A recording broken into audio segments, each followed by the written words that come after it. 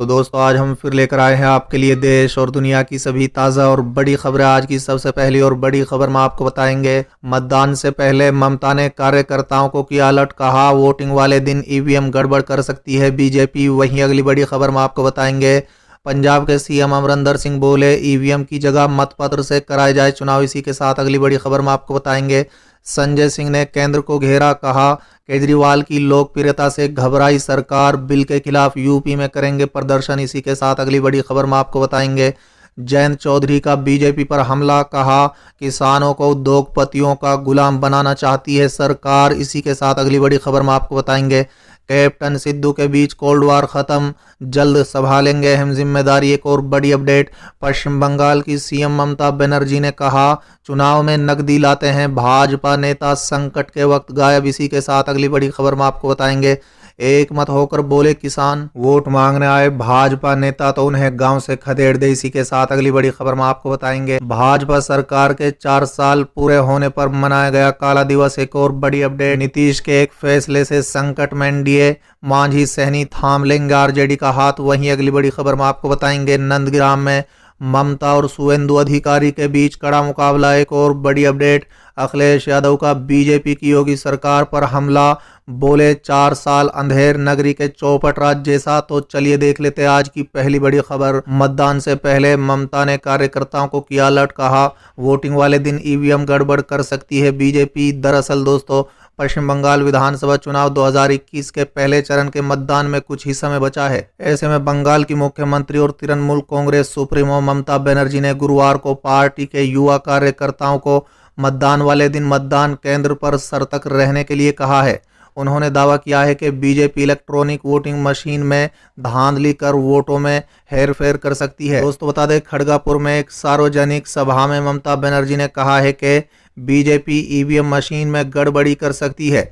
मैं अपने मतदाताओं से आग्रह करती हूं कि वो जगह ना छोड़ें, मतदान केंद्र पर प्रतीक्षा करें और जब नई ईवीएम मशीन आए तो अधिकारियों से ईवीएम को दोबारा चालू और बंद करने के लिए कहें। उन्होंने अलर्ट किया कि मेरे युवा कैडरों को और अधिक मेहनत करने की ज़रूरत है। उन्होंने अब से एक दिन में 18 घंटा काम करने की ज़रूरत है और सतर्क रहने की ज़रूरत है, क्योंकि भाजपा के गुंडे ईवीएम में धांधली करने की कोशिश करेंगे। साथ ही ममता ने कहा है कि मतदान के बाद ईवीएम की सुरक्षा के लिए अलग अलग रंग की जर्सी वाली टीमें बनाएंगे। ईवीएम की रखवाली करते समय चाय और नाश्ते जैसी किसी भी चीज को स्वीकार न करें। चलिए अगली खबर, पंजाब के सीएम अमरिंदर सिंह बोले ईवीएम की जगह मतपत्र से कराए जाए चुनाव। दरअसल दोस्तों, पंजाब के मुख्यमंत्री अमरिंदर सिंह ने बृहस्पतिवार को कहा है कि चुनाव ईवीएम की जगह मतपत्र से कराए जाने चाहिए, क्योंकि ईवीएम में गड़बड़ी की जा सकती है। उनका बयान ऐसे समय में आया है जब नवजोत सिंह सिद्धू सहित कुछ विधायकों ने ईवीएम के इस्तेमाल पर सवाल उठाए हैं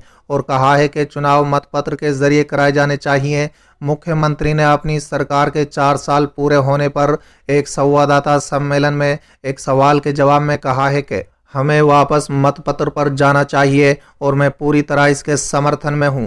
चलिए अगली खबर, संजय सिंह ने केंद्र को घेरा, कहा केजरीवाल की लोकप्रियता से घबराई सरकार, बिल के खिलाफ यूपी में करेंगे प्रदर्शन। दरअसल दोस्तों, आम आदमी पार्टी के राज्यसभा सांसद संजय सिंह ने कहा है कि केंद्र सरकार अरविंद केजरीवाल की लोकप्रियता से घबरा गई है। दिल्ली सरकार की योजनाओं की लोकप्रियता देश ही नहीं अंतर्राष्ट्रीय स्तर पर होने लगी है। भाजपा ने अपनी पूरी ताकत लगाकर भी देख लिया है कि वो आम आदमी पार्टी के सामने दिल्ली की सत्ता में वापसी नहीं कर सकती। यही कारण है कि अब उसने दूसरे रास्ते से दिल्ली की सत्ता पर कब्जा करने के लिए उपराज्यपाल की शक्तियों को बढ़ाने का निर्णय किया है। आप नेता ने कहा है कि केंद्र की इस कोशिश का हर स्तर पर विरोध किया जाएगा। गुरुवार को एक प्रेस कॉन्फ्रेंस को संबोधित करते हुए संजय सिंह ने कहा है कि एक तरफ तो केंद्र सरकार लोकतंत्र के अंतर्गत एक चुनी हुई सरकार को खत्म करने की कोशिश कर रही है, तो वहीं उत्तर प्रदेश की योगी आदित्यनाथ सरकार इसके खिलाफ प्रदर्शन तक नहीं करने दे रही है। उन्होंने कहा है कि जब केंद्र सरकार के इस अलोकतांत्रिक बिल के खिलाफ लखनऊ में प्रदर्शन किया गया तो पुलिस ने उनके कार्यकर्ताओं की बुरी तरह पिटाई की। इसमें महिलाओं तक को नहीं छोड़ा गया। साथ ही संजय सिंह ने कहा है कि दमनपूर्ण कार्रवाई करके आम आदमी पार्टी के कार्यकर्ताओं को डराने की कोशिश की जा रही है, लेकिन पार्टी पूरी तरह शांतिपूर्ण तरीके से इस बिल का विरोध करती रहेगी। आप नेता ने कहा है कि उत्तर प्रदेश के सभी जिलों में उपराज्यपाल की शक्तियों को बढ़ाने वाले बिल का विरोध किया जाएगा। चलिए अगली खबर, जयंत चौधरी का बीजेपी पर हमला, कहा किसानों को उद्योगपतियों का गुलाम बनाना चाहती है सरकार। दरअसल दोस्तों, राष्ट्रीय लोकदल के उपाध्यक्ष जयंत चौधरी ने केंद्र की नरेंद्र मोदी सरकार पर जमकर हमला बोला। उन्होंने कहा है कि वो कृषि कानून को वापस लेने की महीनों से मांग कर रहे हैं। किसानों को दरकिनार कर उनके हितों की कीमत पर सिर्फ उद्योगपतियों को फायदा पहुंचाने पर अड़ी है। चौधरी ने बहोड़ी तहसील मुख्यालय पर किसान भवन में रलेद की ओर से आयोजित किसान महापंचायत को संबोधित करते हुए आरोप लगाया है कि केंद्र सरकार किसानों की जमीन को उद्योगपतियों को देकर किसानों को गुलाम बनाना चाहती है। उन्होंने कहा है कि 3 कृषि कानूनों को वापस लेने के लिए किसान महीनों से आंदोलन कर रहे हैं, लेकिन केंद्र सरकार अपनी जिद पर अड़ी है। केंद्र सरकार केवल उद्योगपतियों को फायदा पहुंचाने का काम कर रही है। चलिए अगली खबर, कैप्टन सिद्धू के बीच कोल्ड वार खत्म, जल्द संभालेंगे अहम जिम्मेदारी।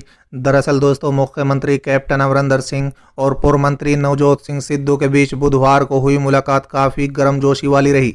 मुलाकात के बाद मुख्यमंत्री के मीडिया सलाहकार ने अमरिंदर सिंह की सिद्धू के साथ गलबैया होते हुए की एक तस्वीर सोशल मीडिया पर साझा की। चलिए अगली खबर, पश्चिम बंगाल की मुख्यमंत्री सीएम ममता ने कहा चुनाव में नकदी लाते हैं भाजपा नेता, संकट के वक्त गायब। दरअसल दोस्तों, पश्चिम बंगाल की मुख्यमंत्री ममता बनर्जी ने बृहस्पतिवार को केंद्र की सत्तारूढ़ भाजपा सरकार पर हमला बोलते हुए कहा है कि भाजपा के नेता चुनाव के दौरान वोटरों को लुभाने के लिए झोले में भरकर नकदी लाते हैं, मगर संकट के समय वो गायब हो जाते हैं। दोस्तों बता दें, पश्चिमी मैदानपुर में एक रैली को संबोधित करते हुए ममता ने कहा है कि हजारों की संख्या में नेता यहां वोट लूटने आ रहे हैं, वो कई सपने भी दिखा रहे हैं। प्रदेश की जनता को ऐसे लोगों के बहकावे में आने की जरूरत नहीं है। ऐसे लोग सिर्फ वोट लेने के बाद अपने वादे भूल जाया करते हैं। चलिए अगली खबर, एक मत होकर बोले किसान, वोट मांगना है भाजपा नेता तो उन्हें गांव से खदेड़ दें। दरअसल दोस्तों, कृषि कानून के विरोध में गांधी स्मारक पार्क में बृहस्पतिवार को भी किसानों का धरना जारी रहा। धरने में शामिल किसानों ने एक मत होकर कहा कि पंचायत चुनाव में भाजपा नेता वोट मांगना है तो उन्हें गांव से किसान खदेड़ना शुरू कर दें। ये लड़ाई आर पार की हो चुकी है। किसानों ने कहा है कि इतिहास गवाह है, किसानों के आंदोलन को कोई भी दबा नहीं पाया है। जब किसान उठता है तो फिर किसी को दबाव में झुक नहीं सकता। सरकार कहती है कि किसान देश की रीढ़ की हड्डी है, लेकिन सरकार उसे तोड़ने का काम कर रही है। धरने में किसानों ने एक सवर में प्रस्ताव पारित करते हुए कहा है कि पंचायत चुनाव में भाजपा के नेता वोट मांगने के लिए आए तो उन्हें गांव से किसान खदेड़ना शुरू कर दें। चलिए अगली खबर, नंदग्राम में ममता और शुवेंदु अधिकारी के बीच कड़ा मुकाबला। दरअसल दोस्तों, किसान आंदोलन हो या फिर राज्य विधानसभा का चुनाव हो, पश्चिम बंगाल का नंदग्राम हमेशा सुर्खियों में रहा है।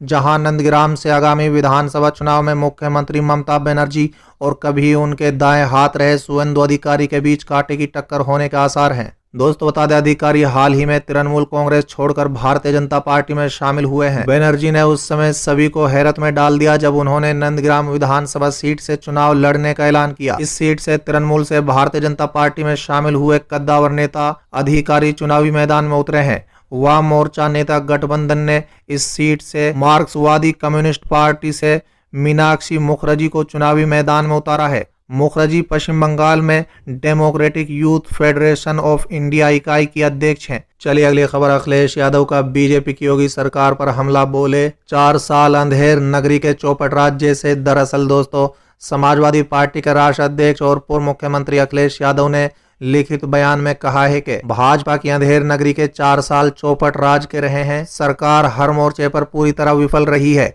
और जनता का हर वर्ग बुरी तरह त्रस्त रहा है। थाने तहसीलों में बिना रिश्वत दिए काम नहीं होने की शिकायतें तो भाजपा कार्य समिति की बैठकों में ही सुनाई दे रही हैं। किसान आंदोलित हैं, नौजवान बेरोजगारी का दर्द झेल रहे हैं, अपराधी बेखौफ हैं, अवैध खनन, जहरीली शराब पर कोई रोक नहीं है, महंगाई और भ्रष्टाचार चरम पर है। 4 साल जैसा अंधेर कभी किसी ने न देखा न सुना होगा। साथ ही उन्होंने कहा है कि भाजपा सरकार शुरू से ही बदला की भावना से काम कर रही है।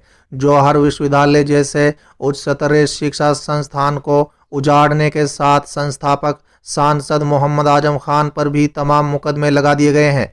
उनकी विधायक पत्नी तंजीन फातिमा और पुत्र अब्दुल्ला आजम को भी जेल में रखा गया है। समाजवादी पार्टी के कार्यकर्ताओं पर 10,000 से ज्यादा फर्जी मुकदमे लगाए गए हैं। भाजपा ने अपने 4 सालों की सरकार में संवैधानिक संस्थाओं को कमजोर किया है। नेताओं पर झूठे केस, जांच एजेंसियों के छापे के साथ शारीरिक हमले भाजपा की हिंसक राजनीति सोच के दुष्परिणाम है।